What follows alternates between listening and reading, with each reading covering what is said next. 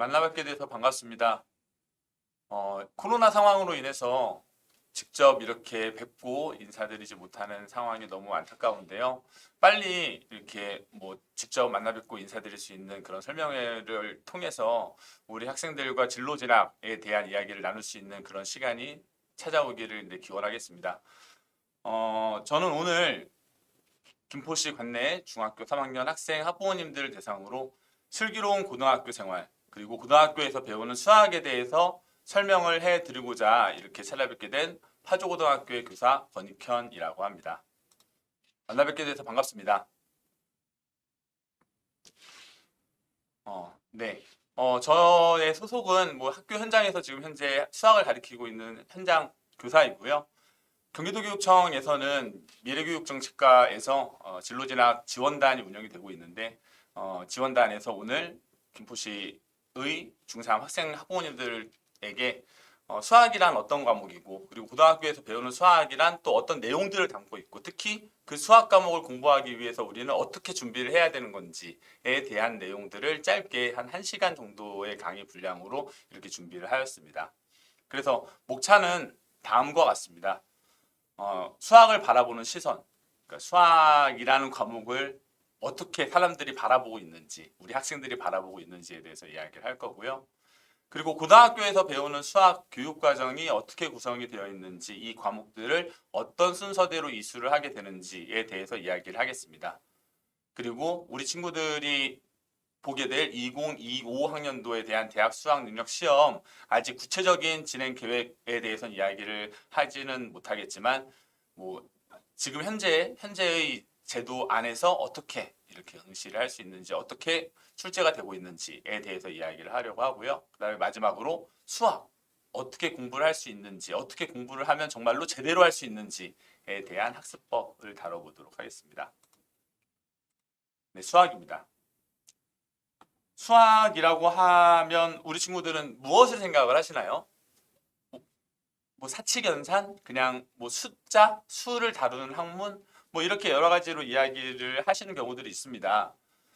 혹은 이런 이야기들을 많이 하더라고요. EBS에서 이렇게 만들었었던 미래교육 플러스에서 수학에 대한 주제에 대한 영상을 이렇게 좀 가져와 봤는데요. 수학이라는 과목을 우리 학생들은 어떻게 인식하느냐를 보니 수학은 어렵다. 사칙연산만 할 줄 알면 살아가는데 지장이 없는데 학교에서 너무 많은 내용들을 가르친다. 학습해야 되는 분량이 너무 많다. 그리고 분명히 알고 있다고 생각하는데 또 풀어보면은 똑같은 문제들을 계속 틀리고 혹은 입시에서 중요하다라고 하니까 그냥 타의에 의해서 학습을 하고 있다.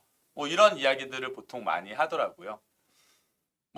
분명히 일부 내용들이 맞기는 합니다만 이런 부정적인 인식만으로 수학을 바라보기에는 조금 더 수학이라는 이 과목이 가지고 있는 이런 가치들 그리고 또 전수해야 될 아주 중요한 그런 지식들을 간과하고 있는 건 아닌가라는 생각을 합니다. 사실 수학에 대해서 조금 더 구체적으로 이렇게 이야기를 나눠보려 보면 물론 좀 범주로 나누었을 때 수, 양, 구조 그리고 공간, 변화 등에 대한 개념을 다루는 학문이 수학이 맞습니다.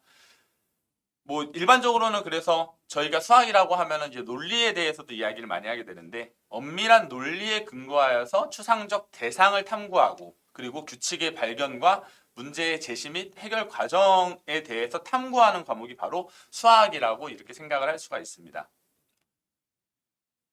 하지만 이 수학이 너무 어렵게만 느껴지죠. 방송에서는 그래서 조사했었던 EBS의 학생들의 설문조사 결과를 바탕으로 봤을 때 수포자 이야기 많이 들어봤죠. 그러니까 수학을 포기한 학생들이 4명 중 1명은 수학을 포기하였다라고 하는 조사 결과도 이렇게 확인을 할 수가 있었고요. 그리고 그럼 수포자인 친구들에게 우리 친구들은 과연 수학을 언제부터 포기하게 되었는지를 물어보게 되었을 때 보통은 많은 수의 학생들이 초등학교 때부터 혹은 중학교, 고등학교 단계에서 수학을 포기하였다라고 하는 이야기들을 많이 합니다. 보통 그 또한 이제 여러 가지 근거 자료로서 이야기를 하는 그 통계 수치 중에 하나가 피사에서의 이제 조사 결과인데요. 많이 들어보셨을 겁니다. 우리나라는 수학 과목에 대해서 높은 성취도를 가지고 있지만 정의적 영역, 즉 흥미나 혹은 수학 과목에 대한 어떤 호기심, 재미 이런 것들에 대해서는 매우 부정적인 인식을 가지고 있다라는 것들을 우리가 많이 이렇게 들어서 알 수 있는데요. 조금 더 그러면 이야기를 좀 나눠보도록 합시다. 수학, 아까 말씀을 드린 대로 정말로 이렇게 어렵기만 하고 시키니까 해야 되는, 입시에서 필요로 하기 때문에 해야 되는 그런 교과목일까요? 물론 사칙연산 만능주의자분들은 이런 이야기들을 하십니다. 뭐 사칙연산만 할 줄 알면 되는 거 아닌가? 사실 근데 고등학교에서 배우는 과목들, 뭐 중고등학교, 중등교육에서 배우는 여러 가지 교과목들이 모두 다 그렇겠지만 수학뿐만이 아니라 이런 여러 가지 교과목들을 학습함으로써 우리가 민주시민으로서의 소양과 역량을 키워가는 거라고 생각을 할 수가 있거든요. 그러니까 단순한 얘기로 뭐 한국사라든지 뭐 국어 과목이라든지 어떤 이런 문학들을 배우는 게 실제 생활에서 얼만큼 많이 사용이 될 수 있겠느냐, 뭐 이렇게 비교를 해서 또 생각을 해본다라고 하면 수학 과목을 통해서 우리가 결국 키우는 건 어떤 추론 능력, 그리고 이해 능력, 문제에 대한 해결력 이런 부분들이지 않을까라는 생각을 하게 되거든요. 물론 정말로 중학교 때 배우는 수학과 고등학교에서 배우는 수학을 비교하면 정말 많은 학습량을 가지고 있습니다. 뭐 단순히 그냥 수학 교과서의 양을 비교해 보았을 때 보통 평균적으로 우리가 6학기에 걸쳐서 배우게 되는 수학 과목의 교과서 페이지 수는 한 300페이지 정도가 넘고, 비교하여 중학교에서의 교과서의 분량을 이렇게 비교하여 생각해 보면 거의 100페이지 가량이 이렇게 늘어나게 되거든요. 그리고 또 이 수학이라는 과목을 수학이 가지는 가치로만 인식하는 게 아니라 어떤 변별의 도구로서 입시에서 중요한 과목이라고 하는 어떤 그런 기준을 바탕으로 해석을 하기 때문에 이 수학이라는 과목을 조금 더 어렵게 만드는 게 아닌가라는 생각이 들거든요. 하지만 그렇지 않습니다. 수학 충분히 재밌고 매력적인 과목입니다. 물론 또 고등학교에서 배우는 수학 과목들이 우리 친구들을 힘들게 만드는 순간들이 여러 순간들이 있겠지만 이 수학이라는 과목을 배움으로써 계산 능력, 이해 능력, 추론 능력, 그리고 문제 해결 능력 등을 키우게 된다라고 하면 우리 친구들이 나중에 사회에 진출하게 되었을 때 여러 상황 속에서 이런 수학적 사고 능력을 바탕으로 잘 해결해 나갈 수 있지 않을까요? 자, 해서 이렇게 수학 조금은 이렇게 학교에서 고등학교에서 배우는 이유가 있지 않을까? 수학을 왜 배우는 건지에 대한 좀 우리 친구들의 고민을 좀 같이 이렇게 이야기해 볼 수 있지 않았나라는 생각이 듭니다. 이제 본격적으로 그렇다면 고등학교에서는 수학을 어떻게 배우는지에 대한 좀 교육 과정에 대한 이야기를 좀 해보도록 하겠습니다. 우리 학생들이 입학을 하게 되면 뭐 2015 개정 교육과정에 의거하여 고등학교에서 과목을 이수하고 학습하게 됩니다. 물론 2022학년도부터 경기도교육청은 고교학점제가 거의 80% 이상의 전면 도입의 단계로서 학교 현장에서 이렇게 교육과정이 설계가 되어 있기 때문에 고교학점제와도 이 2015 개정 교육과정은 같이 맞물려 있다라고 이렇게 생각을 하시면 됩니다. 그래서 크게 2015 개정교육과정에서의 교육과정은 두 개의 갈래로서 교과 영역과 그다음에 창의적 체험활동 영역 이렇게 두 가지로 나누어서 생각을 했을 때 뭐 많이 들어보셨을 겁니다. 창의적 체험활동이라고 하면 뭐 매주 금요일 혹은 수요일 날 자동봉진, 자율활동, 봉사활동, 동아리활동, 그리고 진로활동. 학교에서 계획에 의거한 어떤 봉사활동이나 동아리활동, 이를 통한 어떤 체험학습을 통해서 본인 학생들이 가지고 있는 진로 역량들을 키워나가는 것. 이런 것들이 이제 창의적 체험활동이고요. 보통 국영수과사, 이와 같은 교과목들을 학습하는 건 크게 교과 영역으로 저희가 이렇게 해석을 하게 되는데 일반 고등학교에서 배우는 대부분의 교과목들은 보통교과에서 편제가 되어 있습니다. 그래서 보통교과에서는 공통과목, 1학년 때 배우는 공통과목들과 그 다음에 1학년 2학기, 그 다음에 2학년부터 2학년 1학기부터 3학년 2학기까지 이렇게 배우는 교과목들인 선택과목에서의 일반 선택과목과 진로 선택과목을 이렇게 크게 나눌 수가 있고요. 그다음에 일부 특수 목적을 두고 설치가 되어 있는 고등학교들, 뭐 특목고 혹은 이제 특성화 고등학교의 경우에는 전문교과 1과 전문교과 2의 교과목들에서 과목들을 이수하게 되는데 일부 일반 고등학교에서도 마찬가지로 이 전문교과 1과 전문교과 2의 과목들은 뭐 교육과정 클러스터라든지 공동교육과정과 같은 형태로서도 이수를 할 수가 있게 됩니다. 그래서 이 고등학교에서 배우는 수학 교육과정이 무엇인지 우리 학생들이 사실 학교를 선택하는 데 있어서 정말 중요하게 탐구해야 되는 교육과정 편성표를 읽는 방법에 대해서 간단하게만 이렇게 설명을 좀 해보려고 하는데요. 지금 제가 가져온 것은 김포제일고등학교의 2021학년도 입학생들의 교육과정 편성표를 가지고 왔습니다. 보통 교육과정 편성표는 학교 홈페이지에 공지사항란이나 혹은 교육과정 게시판 등을 통해서 학생들에게 이렇게 안내 공개되도록 되어 있습니다. 또한 학교 알림이라고 하는 정보 제공 이렇게 사이트를 통해서 본인들이 이렇게 찾아보고 싶은 고등학교의 이름을 검색을 해보면 교육활동 그리고 학교 교육과정 편성 운영 및 평가에 관한 사항이라고 하는 이렇게 탭을 클릭하게 되었을 때 이 교육과정 편제표 예전엔 교육과정 편성표 지금의 편성표까지 이렇게 읽어볼 수 있게 되는데요. 계획이 능사 우리 학생들이 고등학교에 입학을 해서 어떤 교과목들을 3개년간 배우게 될 건지에 대한 이 계획을 찾아보기 위해서 이 편성표는 꼭 한번 읽어보실 필요가 있을 거고요. 그리고 또 아직 고입을 이렇게 준비하고 있는 학생들 같은 경우에는 본인들이 가지고 있는 어떤 역량을 키우기 위해 또 이 진로와 본인들이 가지고 있는 꿈과 끼를 이렇게 발현시키기 위해서 어떤 교육 프로그램들을 이렇게 운영을 하고 있는 학교인지를 비교해 볼 수 있는 하나의 준거가 될 수 있는 게 바로 이 교육과정 편성표입니다. 제가 일부만 이렇게 가져와 봤는데요. 교육과정 편성표에서는 보통 이 과목열에 나와 있는 이 교과목들을 이렇게 배우게 됩니다. 이게 교과목명입니다. 그리고 기준 단위는 보통 그 각 과목을 이수하는데 정해둔 기준 단위로서 이 단위수라고 하는 것은 일주일에 몇 시간 수업을 듣느냐를 보통 이야기를 하게 됩니다. 그래서 공통교과목일 경우에는 뭐 8단위 그러니까 1학년 1학기와 2학기로 수학 과목은 나누어서 각각 일주일에 4시간씩 수업을 듣는다. 이렇게 생각을 하면 되죠. 그리고 만일 여기 수학 1과 수학 2, 뭐 확률과 통계 과목 같은 경우에는 각각 2학년 1학기에 4단위, 2학년 2학기에 4단위, 3학년 1학기에는 그리고 확률과 통계 과목을 3단위, 3학년 2학기에 확률과 통계 과목을 3단위 이렇게 학습한다는 것을 기본적으로 알아볼 수가 있습니다. 물론 제가 전체 편성표를 가져온 게 아니라 기초교과군에서 학교에서 지존교과로 되어 있는 교과목들에 대해서만 이렇게 확인할 수 있게끔 일부를 발췌해서 이렇게 나오게 되는 건데요.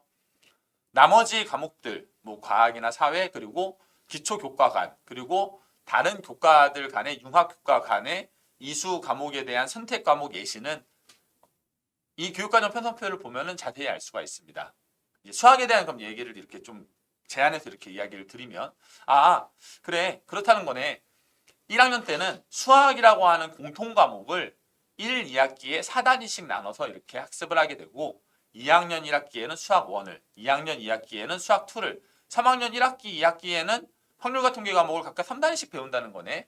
근데 고등학교에서 미적분이라든지 기하와 같은 과목들을 배운다라고 하는데 이건 어디서 배우지? 이거는 뭐 기초교과 간 선택 과목들의 예시를 보면 선택할 수 있게끔 이렇게 나열이 되어 있습니다.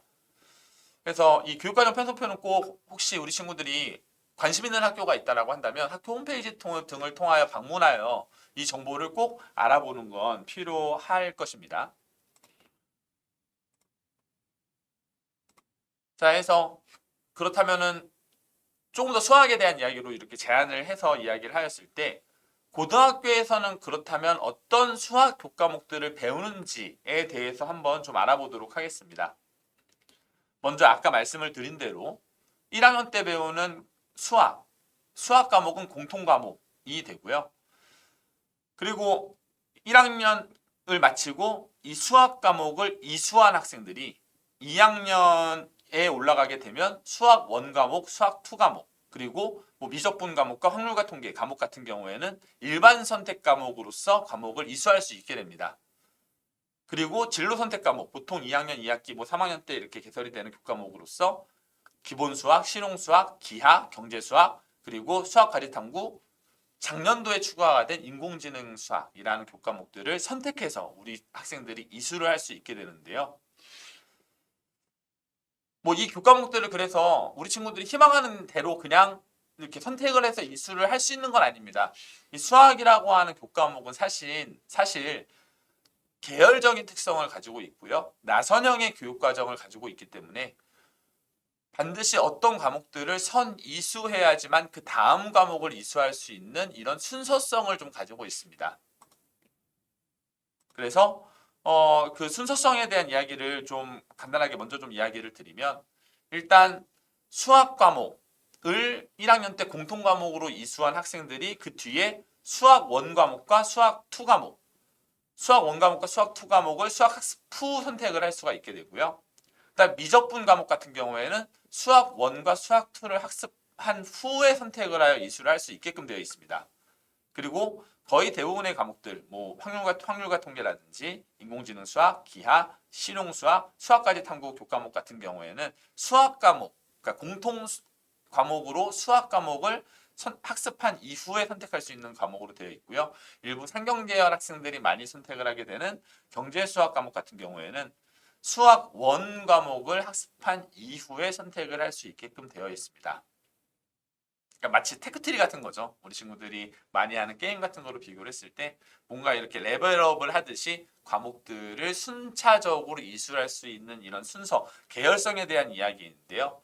보통 크게 근데 이런 부분들을 우리 학생들은 뭐 고민하거나 혹은 잘못 선택할까 우려하지 않아도 됩니다. 학교에서는 우리 학생들이 계열적으로 과목들을 이렇게 순서에 맞추어서 일수할 수 있게끔 교육과정 편성표에서는 이 과목들을 이제 안내하고 있습니다. 그래서 각 과목에서는 어떤 개념들을 배우는 건지에 대한 소단원명을 잠깐만 이렇게 알아본다라고 하면 이 표에 나와 있는 내용과 같습니다. 수학 1, 2, 미적분, 확률과 통계, 기본 수학부터 이렇게 진로 선택 과목들. 그다음에 이 전문 교과의 선택을 할 수 있는 심화 1, 심화 2, 고급 수학 1, 고급 수학 2 과목 같은 경우에는 뭐 좀 약간 학교에서 교육 과정을 좀 다르게 운영을 하는 학교들이 일반적으로 선택할 수 있는 교과목들이 되는데요. 교육 과정에 대해서는 되도록이면 공통 과목과 그다음에 일반 선택 과목을 충실히 이수하는 것을 권장하고 있습니다. 자, 해서 이 일반 선택 과목들의 위계를 간단하게 이렇게 표로 알아봤고, 그다음에 순서도로 이렇게 알아본다라고 한다면 1학년 때 수학 과목을 배운 이후에 2학년 올라가서 수학 1, 수학 2 과목을 각각 배우고, 그리고 미적분 과목을 이렇게 학습을 하는 뭐 이런 순서, 위계. 그리고 뭐 확률과 통계 과목 같은 경우에는 수학 과목을 이렇게 이수한 학생들이 선택해서 들을 수 있는 교과목들이기 때문에 뭐 수학 1, 2의 뭐 과목과 동시에 학습을 할 수 있는 뭐 그런 특성들을 가지고 있고요. 또 경제 수학을 선택하려고 하는 학생들 같은 경우에는 뭐 수학 1 과목을 이수한 이후에 선택을 하여 이수를 할 수 있다든지 혹은 뭐 기하나 수학 가리 탐구 과목 같은 경우를 이수하는 학생들의 경우에는 뭐 1학년 때 배우게 되는 공통에서의 수학을 이수한 이후에 선택을 할 수 있다라는 뭐 이런 특성들을 저희는 이렇게 확인을 할 수가 있습니다. 그래서 일단 뭐 이 뒤에서도 간단하게 이렇게 이야기를 하겠지만 기본적으로 저희가 그 수능을 항상 이렇게 뭐 배제해서 교육과정을 설명을 할 수는 없기 때문에 또 이 수능에서 선택할 수 있는 선택 교과목에서 혹은 이렇게 출제 범위가 될 수 있는 수학 교과군에서 각 과목들이 어떤 교과로서 학습을 어떤 이런 내용 영역 군으로서 학습을 하는지를 간단하게 이렇게 정리를 해보면 일단 교육과정이 2015 개정 교육과정으로 이렇게 들어오게 되면서 이렇게 일부 내용에 좀 삭제와 이동이 발생이 된 부분들, 그리고 각 과목의 소단원들이 어떤 분류로서 학습을 하게 되는지를 간단하게 이렇게 정리해 볼 수가 있습니다. 문자식, 기하, 수화연산, 함수, 확률과 통계라고 하는 이렇게 큰 5가지의 내용 영역으로 구분해 보면 이 각 과목들이 매우 밀접한 연관성을 가지고 있다는 것을 충분히 우리 학생들은 확인하실 수가 있을 겁니다. 그래서 조금 더 이 각 과목들의 좀 구체적인 그런 이제 교과 내용에 대한 설명을 좀 해보도록 할게요. 일반 선택 과목들과 진로 선택 과목들의 과목의 특성에 대해서 좀 간단하게 이야기를 해보면 수학 원 과목은 기본적으로 지수로그 함수, 삼각함수, 수열이라고 하는 이 핵심 개념 영역을 학습함으로써 수학의 어떤 규칙성과 구조의 아름다움에 대해 학습을 하는 과목이 바로 이 수학 원입니다. 그리고 이 수학 2 과목은 일단 배우는 소단원은 함수의 극한과 연속 그리고 미분적분에 관련된 원리와 법칙에 대해서 학습하는 교과목으로서 보통 이 미적분이라고 하는 교과목에서 배우는 조금 더 구체적인 이런 미분이나 적분에 대한 이 원리들을 간단하게 배우는 교과목이 수학 2이거든요. 이 수학 2 과목에서 그래서 뭐 학습한 내용들의 조금 더 복잡한 뭐 자연과학이나 공학, 의학 분야와 함께 경영, 경제 분야에서도 활용이 될 수 있는 이 심화된 미적분학에 대한 학습 내용을 수학 2에 이어서 배우는 것이 바로 이 미적분 교과목이 되고요. 그 다음에 요새 AI 교육 그리고 빅데이터 분석과 같은 형태로서 데이터 중심 현대 사회에서 이 데이터를 어떻게 처리하는지, 어떻게 활용할 수 있는지와 같은 소양을 키울 수 있는 교과목은 바로 확률과 통계 교과목입니다. 그리고 기하 교과목 같은 경우에는 뭐 수학 과목을 배운 이후에 선택할 수 있는 진로 선택 과목으로서 여기서부터 이제 진로 선택 과목들인데요. 진로 선택 과목들로서 2차 곡선, 평면 벡터, 그리고 공간 도형과 공간 좌표들을 학습하는 기하적 이런 소양, 도형에 대한 성질들 이런 것들을 탐구하는 과목이 바로 기하입니다. 그리고 실용수학, 경제수학, 서학화지 탐구, 기본수학, 인공지능 수학 같은 경우에는 아무래도 보통 일반적으로 수능에서의 응시 과목이나 뭐 시험 출제 범위나 뭐 수능 선택 과목이 아니기 때문에 조금 우리 친구들의 관심이 좀 덜한 경우들도 있지만 우리 친구들이 나중에 이렇게 선택하고자 하는 진로 영역과 결부시켜서 생각을 하였을 때 우리 친구들이 가지고 있는 어떤 그런 진로에 대한 관심을 드러낼 수 있는 교과목들로서 이 과목들도 사실은 적극적으로 선택을 하여 이수하기 위해 노력을 해야 되거든요. 뭐 실용수학 같은 경우에는 뭐 규칙, 공간, 자료에 대해서 이를 이해하고 실생활의 여러 가지 문제들을 해결하기 위한 이런 방법들을 연구하는 교과목이고요. 그리고 경제수학, 뭐 경제 및 금융에 대한 기본 개념들, 뭐 그래서 여러 가지 뭐 원리합계한 문제라든지 뭐 이런 것들 그리고 여러 가지 그래프 이론 이런 것들에 대해서 학습을 할 수 있는 게 이제 경제수학 과목입니다. 그리고 수학과제 탐구 과목 같은 경우에는 기본적으로 과학 과목에서의 탐구 과목과 동일하게 어떤 주제에 대해서 우리 학생들이 과제를 선정을 하여 탐구를 하게끔 하고 그 다음에 이 탐구의 과정에서 어떤 절차와 연구 윤리를 바탕으로 학습을 설계해 나아가는지 교과 등을 이렇게 학습할 수 있는 교과목이 바로 수학 과제 탐구 과목입니다.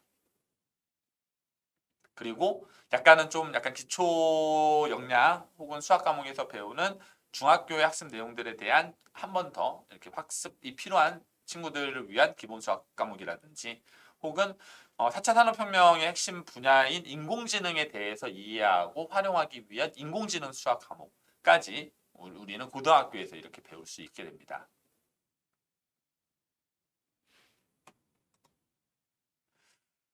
그래서 이 고등학교에서 배우는 수학 교육 과정에 대한 이야기를 좀 이렇게 드리다 보면 조금은 이 이야기를 사실 같이 할 수밖에 좀 없는데요.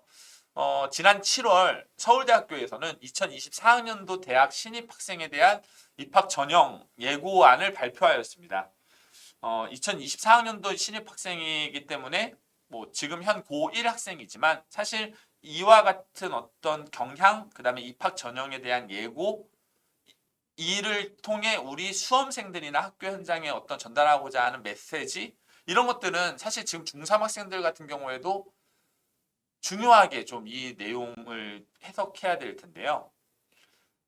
물론 뭐 수능에서 과학 탐구 과목들을 어떤 과목을 응시하면 가산점을 받는다. 뭐 이런 이야기들도 물론 중요하지만 제가 하고 싶은 얘기는 바로 이 얘기입니다. 어느 정도 이렇게 문서화된 형태로서 고등학교에서 과목들을 이수하고 학습해야 되는데 내가 나중에 대학교에 가서 선택하고자 하는 모집 단위 학과와 연관지어서 이 교과목들은 고등학교에서 적극적으로 교육과정에서 선택, 학습하기 위해 노력해야 된다라고 하는 어떤 이수에 대한 가이드를 이렇게 제시를 한 건데요. 만일 예를 들어서 경제학부, 문과에서 학습하는 학생들 같은 경우에는 미적분 과목이 조금은 수학2에서 배우는 미적분의 내용보다는 심화된 내용들을 다루고 있기 때문에 학습을 하지 않고 넘어가는 경우들도 많은데 이런 교과목들을 이수하면 경제학부에서의 그런 고등 교육과정, 즉 대학교에서의 커리큘럼을 이수하는 데 도움이 되기 때문에 이 과목을 이수를 권장하게끔 이렇게 선택을 안내하였습니다. 그리고 뭐 자연과학대학이나 공과대학은 더 말할 게 없죠. 뭐 과학교과목군만이 아니라 수학교과군에 대해서도 반드시 이와 같은 교과목들을 핵심 권장 과목으로서 고등학교에서 반드시 이수를 해야 된다. 혹은 뭐 권장 과목으로서 이 과목도 이수하기 위해 노력해야 된다와 같은 형태로서 서울대학교에서는 교과목에 대한 이수의 뭐 내용들을 이렇게 좀 살짝 가이드의 형태로서 이렇게 안내하였는데요. 사실 뭐 모든 학생들이 다 서울대를 가는 건 아닙니다. 서울대학교에서 이와 같은 뭐 입학 전형에 대해서 예고하였다고 하여 다른 대학들이 이와 동일한 어떤 기준으로서 평가한다는 건 아니지만 어떤 서울대학교가 가지는 상징성이 있습니다. 그렇기 때문에 다른 대학들도 이와 같은 형태로서 어떤 교육과정에서의 계열별 필수 이수 교과목들에 대한 어떤 선정 여부를 반드시 학생 수험생들에게 중요하게 이렇게 평가에 반영한다라는 이야기로서 저희는 해석을 할 수가 있을 것 같습니다. 실제로 그래서 이런 이야기들을 좀 많이 듣게 됩니다.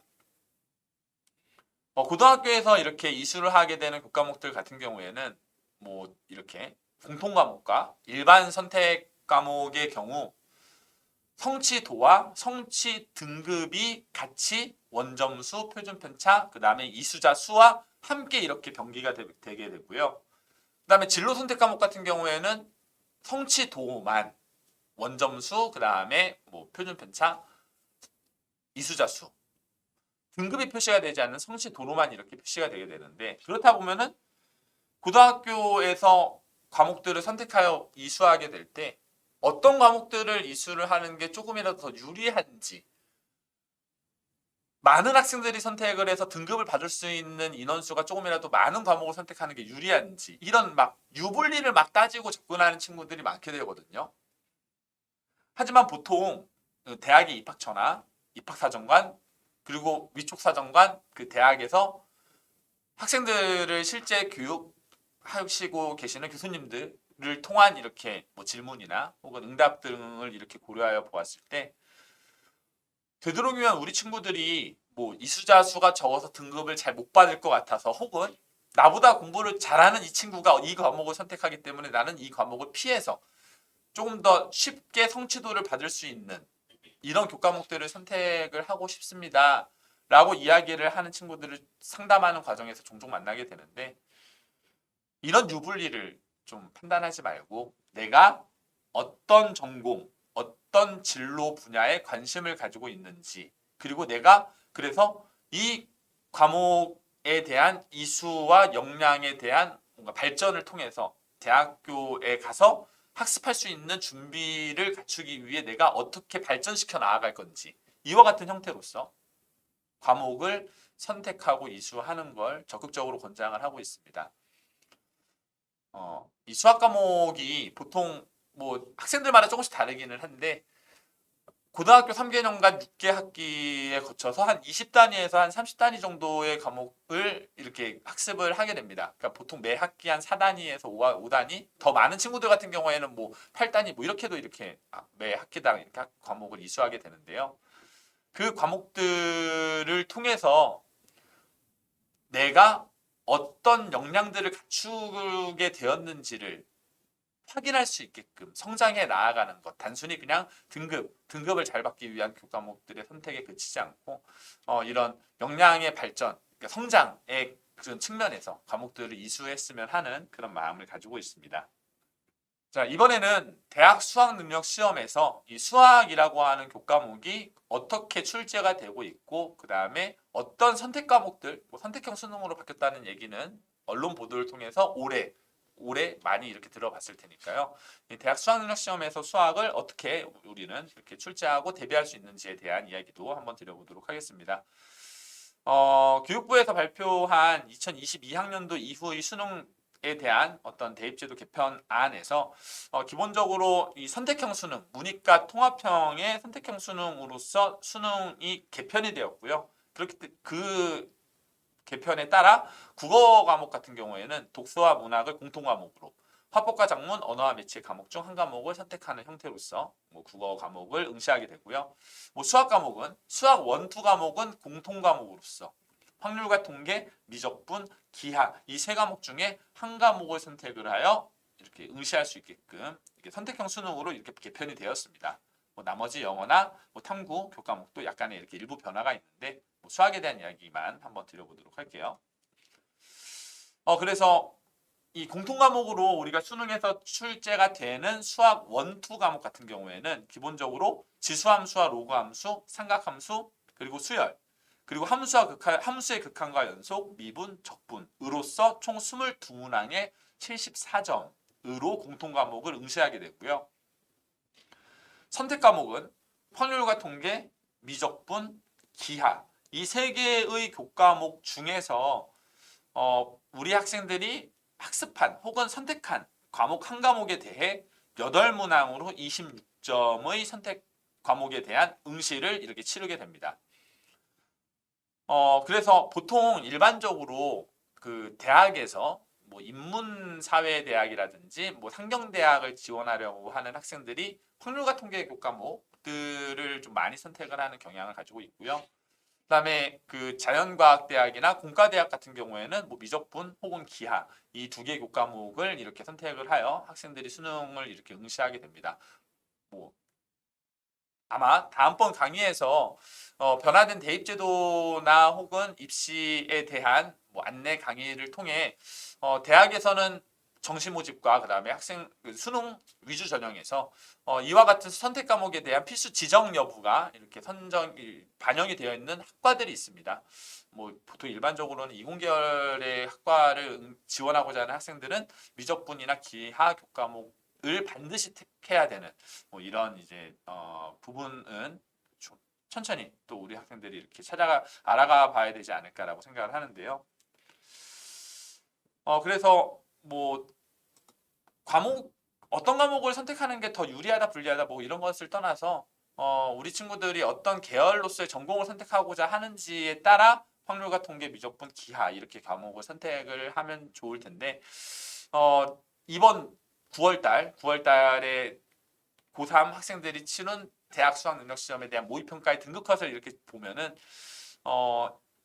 각 과목별의 등급 컷이 이와 같이 이렇게 안내가 되었을 때 뭐 언론 보도를 통해서 보셨듯이 뭐 미적분 교과목, 그러니까 확률과 통계, 그러니까 문과 학생들이 1등급에 10% 정도의 학생들만이 이렇게 1등급을 받을 수 없었다라고 하는 뭐 이런 부분에 대해서 뭐 보도 내용을 좀 읽어보셨을 수도 있는데요.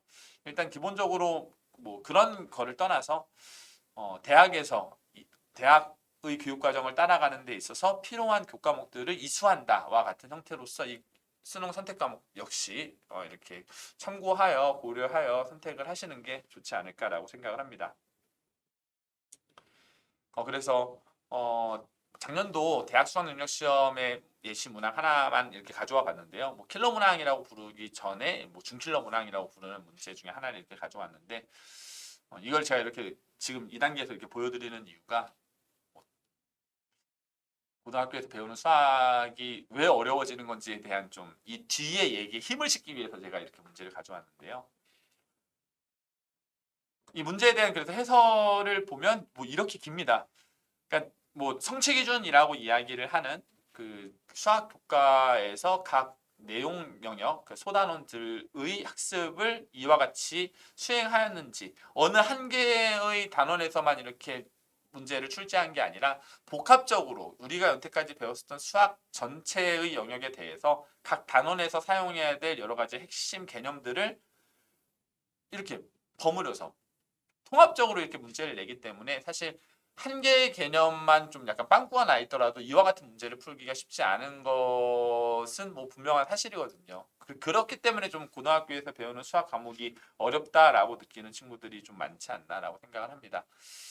그러니까 뭐 어느 시점 혹은 어느 기점 어느 순간에 좀 학습이 결손이 좀 이렇게 발생이 되면 다른 교과목들은 사실 매 학기 새로운 교과목들을 배우기 때문에 다시 채워서 학습을 하는 게 가능하거든요. 근데 수학 과목은 아무래도 어느 단계에서 선수 이수한 과목들의 학습 결손이 발생이 되게 되면 그 다음 단계로 이렇게 성장하는 게 좀 아무래도 어려운 부분들이 있다 보니까 좀 매일매일 좀 꾸준히 학습을 해야 되는 이런 교과의 특성이 더 우리 친구들을 좀 힘들게 만드는 건 아닌가라는 생각을 합니다.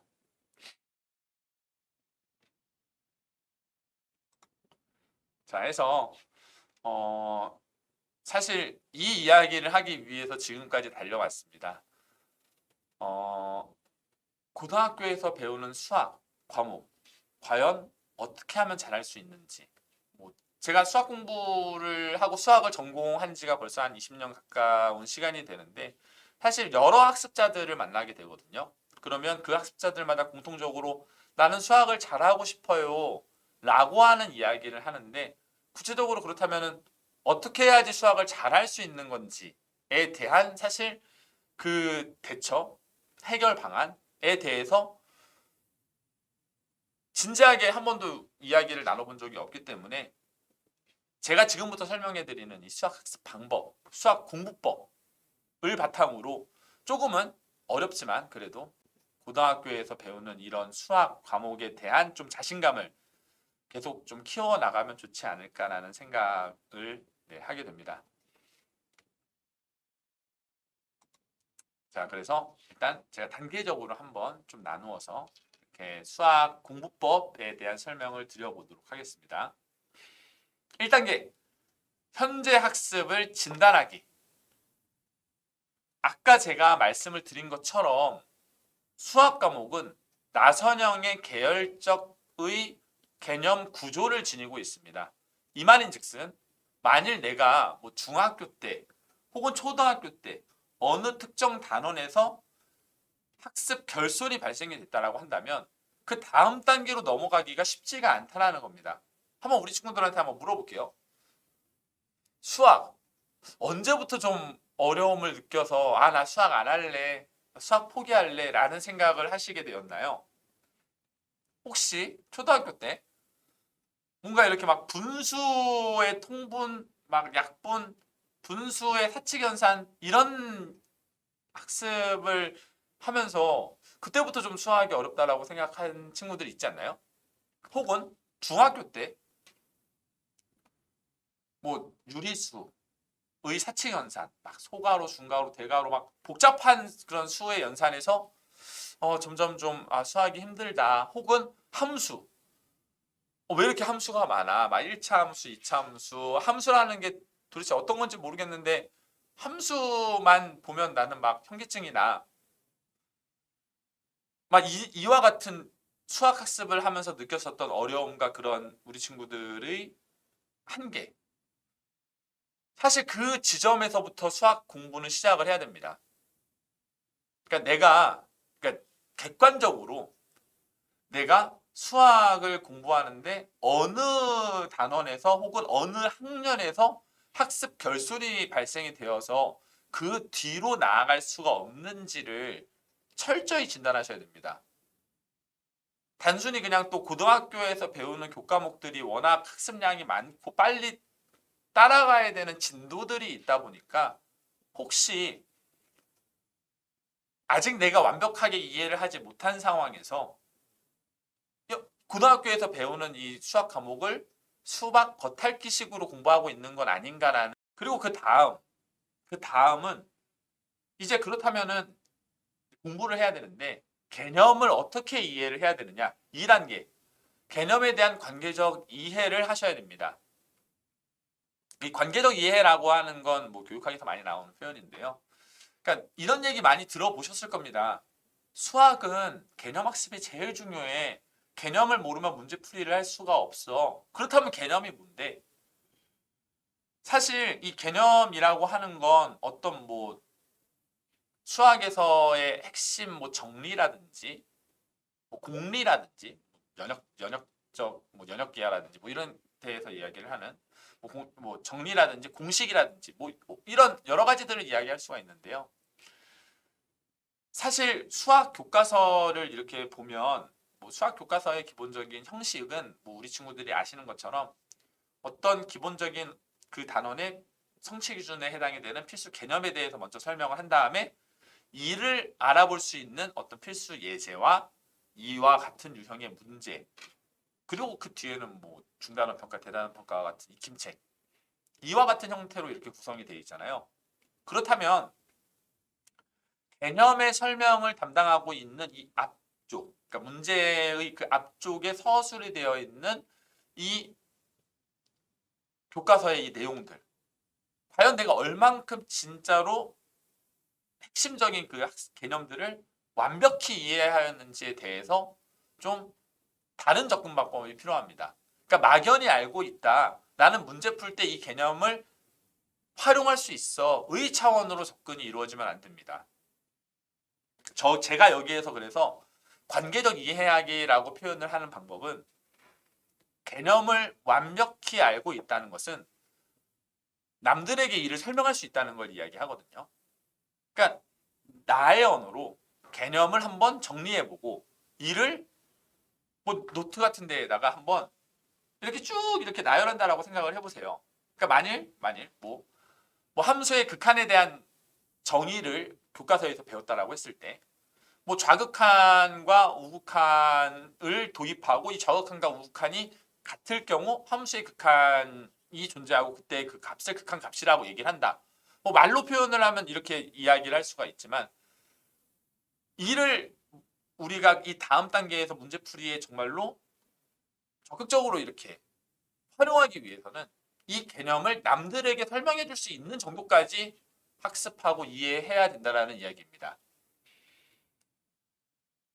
무엇이든 괜찮습니다. 뭐 그냥 이렇게 노트 같은 데에다가 적으면서 이거는 뭐 교과서나 문제집 같은 거 보지 않고 적으면서 뭐 이 공식의 증명 과정을 쭉 따라가면서 이렇게 적으셔도 됩니다. 그러니까 직접 만들어 가셔도 됩니다. 혹은 학교마다 뭐 또래 멘토링이라든지 교학 상장 프로그램처럼 뭔가 이런 또래 학습자들을 뭐 지원하는 이런 교육 봉사 프로그램들 있는 걸로 알고 있습니다.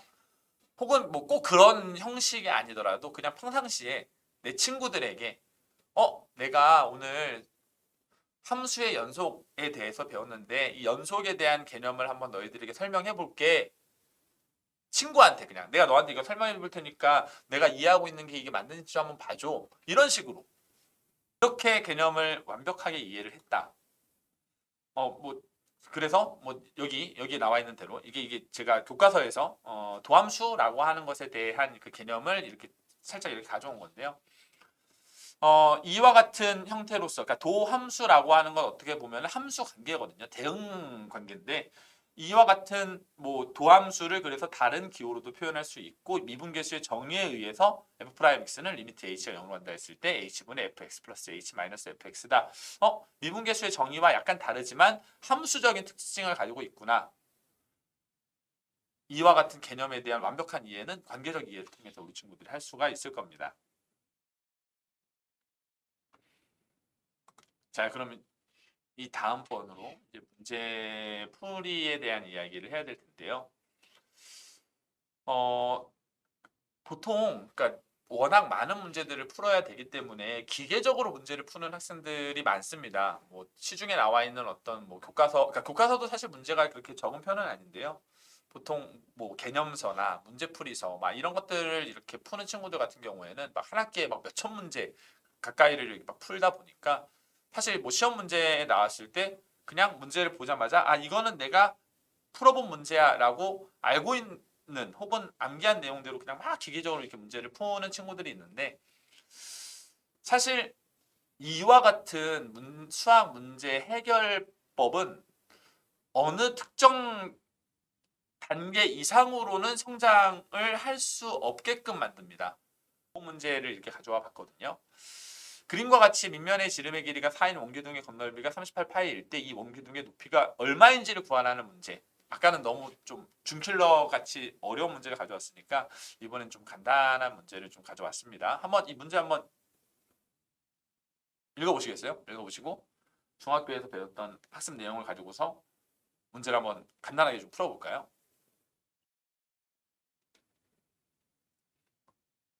어떤 친구들은 와 이거 나 풀 수 있는 문제야. 그냥 이건 이렇게 풀면 돼 하고서는 그냥 바로 문제풀이로 들어가는 친구들이 있을 거예요. 물론 한 이 정도의 난도와 이 정도의 어떤 개념적인 이해를 묻는 문제들일 경우에는 사실 뭐 분석도 필요 없이 그냥 바로 문제를 풀어도 되긴 합니다. 충분히 풀 수 있습니다. 하지만 만일 그 아까 봤었던 수능 문제와 같이 복합적으로 다양한 단원에서의 성취 기준을 요하는 문제를 푼다라고 했을 때에는 단순히 하나의 개념과 지식만으로 문제가 풀리지가 않거든요. 그렇기 때문에 문제를 내가 어떻게 풀어야 되는지에 대한 전략과 알고리즘을 수립한다는 건 매우 중요하다고 볼 수가 있습니다. 다시 그럼 앞으로 돌아와서 그게 그럼 도대체 무슨 얘기를 하는 것이냐? 일단 내가 구하고자 하는 것이 무엇인지를 보고 찾아봐야 됩니다. 그러니까 얻고자 하는 값이죠. 뭐 결과죠. 결과. 이 일을 구하고자 해결하기 위해서 문제에서 주어진 것은 무엇인지, 문제에서 어떤 조건들이 주어져 있는지. 수학에서는 절대 뭐 문제에 활용하지 않을 뭐 개념들 혹은 조건들 제시하지 않거든요. 반드시 문제 푸는데 필요한 조건들만 나열을 하게 되어 있습니다. 그래서 문제에 주어져 있는 조건들이 무엇이고 그렇다면 내가 이 문제를 풀기 위해서 선행적으로 내가 어떤 개념과 지식들을 학습하였는데 이를 활용하여 문제를 풀 것인지를 일단은 보고 문제를 분석하는 알고리즘을 수립하는 이런 과정이 반드시 필요합니다. 아까의 문제로 다시 돌아가면요. 밑면의 지름의 길이가 4인 원기둥의 건널비가 38파이라고 한다 했을 때 원기둥의 높이를 구하라고 했네요. 그렇다면 우리가 구하고자 하는 건 원기둥의 높이지 원기둥의 높이를 구하려고 하는데 그럼 그림에 표시를 했을 것이고 H로 우리 원기둥의 높이를 구하고자 그 문제에서 주어져 있는 조건을 뭘 활용할 수 있는지 한번 봐볼까? 밑면의 지름의 길이가 4인 원기둥의 건널비가 38파이라고 주어져 있는 걸 봐서 원기둥의 건널비를 구하는 우리가 중3 때 배웠었던 어떤 원의 성질, 입체도형의 성질 같은 것들을 이용을 한다라고 하면 이 건널비를 통해서 결국 우리가 구하고 싶은 원기둥의 높이까지 해결할 수 있겠구나 라고 이렇게 분석을 하며 그렇다면 원기둥의 건널비가 뭐지? 밑면과 윗면의 넓이, 옆면의 넓이를 더한 게 건널비잖아. 이렇게 어느 정도 전략과 알고리즘을 수립했다라고 하면 그 다음부터 이제 문제풀이로 바로 옮겨주면 되는 거죠. 그래서 뭐 이야기했던 것처럼 원기둥의 높이를 뭐 h, 뭐 x로 잡고 원기둥의 전개도에서의 밑넓이와 옆넓이 그리고 이를 합한 겉넓이를 뭐 계산으로 실제로 옮겨서 이제 나타내게 되면 높이 어렵지 않게 쉽게 구할 수가 있게 되죠. 그러니까 이처럼 지금은 아주 간단한 문제에 대한 제가 설명을 한 거고요. 좀 더 복잡한 형태의 문제를 풀 때에는 이와 같은 문제에 대한 분석 과정 반드시 거치시고 해결하기 위해 이렇게 전략을 수립해야 된다는 이야기를 꼭 드립니다. 많이 보신 공식이죠? 네, 근해 공식입니다. 근해 공식 기계적으로 외우시지 않았나요? x는 2a분의 마이너스 b 풀마 루트 b제곱 마이너스 4ac. 이 근해 공식은 언제 쓰는 거죠? 그리고 이 근해 공식을 통해서 우리가 알 수 있는 어떤 근해 형태? 루트 안에 있는 이 관계식의 모양을 통해서 우리는 근해 형태를 좀 알 수 있지 않을까요? 그리고 혹시 이 근해 공식을 유도해 볼 수도 있지 않을까요? 이와 같은 형태로서 개념과 문제풀이를 복합적으로, 통합적으로 해결해 나아가야 고등학교에서 배우는 이 수학 과목들, 우리 친구들 해낼 수 있을 겁니다. 마지막으로 저는 사실 제일 추천하는 도서는 교과서입니다. 교과서를 제일 좋아하거든요. 뭐 저는 교과서만 가지고 고등학교 때 공부했어요. 참 저도 참 이해가 안 되는 말이었었는데 제가 학창 시절에 공부를 할 때는 저는 근데 교과서를 보면서 어떤 생각이 드냐면 정수라는 그런 생각이 듭니다. 사실 이 학교 수업이 중요하다라는 것에 대한 이야기를 드리면서 제가 자주 가져와서 설명을 드리는 부분이 바로 이 내용인데요. 이는 그 2018년도에 뭐 건국대, 경희대, 서울여대, 그리고 연대, 중앙대, 외대 이 6개 대학에서 학생부 종합전형의 공통평가 요소 및 평가 항목에 대한 연구 내용 중 가장 그 핵심이 될 수 있는 그 각 영역에서의 요소들을 간단하게 이렇게 그래프 그림의 형태로 표현한 걸 이걸 좀 가져와 봤는데요.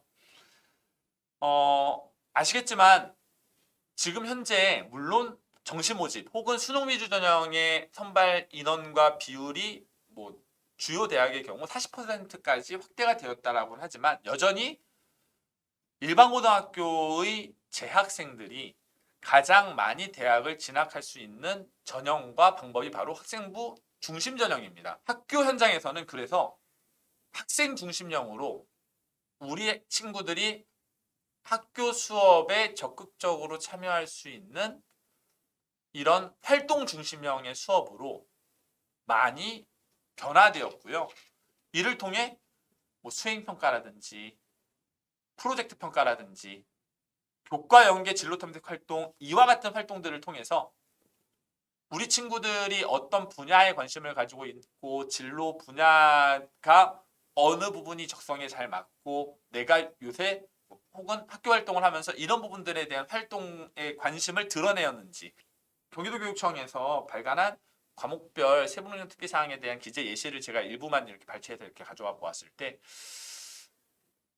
우리 친구들이 학습 과정에서 어떤 관심과 태도를 보였는지 혹은 그리고 또 내가 가지고 있는 이런 어떤 역량을 모두원들에게 설명해 모두원들과 같이 또래 학습하기 위해 노력한 이런 과정들, 역할들 이런 것들이 다 우리 친구들의 생활기록부에 잘 기록이 되고 이를 바탕으로 우리 친구들은 대학의 이 평가 요소로서의 학교생활기록부를 성장 과정을 제공할 수 있게 되는 거거든요. 일단 수학이라는 과목을 우리가 어떻게 바라보고 있는지 그리고 학교 교육 과정에서 수학 과목은 어떻게 개설이 되어 있는지 그리고 수능 시험에서의 수학 과목은 또 어떻게 이렇게 출제가 되고 있고 그래서 어떤 문항들을 통하여 평가를 받게 되는지 수능에서의 수학 과목에 대한 이야기들도 드렸고요. 사실 제일 제가 힘주어서 말씀을 드린 부분들 수학 공부를 어떻게 해야 되는지 그 부분을 다시 한번 강조해서 우리 친구들이 고등학교에서 배우는 수학 과목에 대한 대비를 하고 준비를 하고 고등학교에 입학을 하면 좋겠다는 생각이 듭니다. 정리하겠습니다. 학습법에 대한 이야기만 그래도 정리를 해보면 1단계 현재의 학습 수준이 어느 정도인지를 철저히 진단하셔야 됩니다. 그래야 거기에 맞는 처방을 내릴 수가 있습니다. 내가 지금 현재 수학 과목을 객관적으로 어느 정도의 수준에서 이행하고 있는지 학습을 이를 진단하셔야 되고요. 그다음에 두 번째는 개념의 학습이 정말 중요한 교과목이 바로 수학입니다. 이 개념을 이해하기 위해서는 관계적 이해, 즉 남들에게 설명해 줄 수 있는 정도까지 개념을 학습하여 완전 학습하기 위해 노력하자. 이게 제가 드리고 싶은 두 번째 이야기이고요.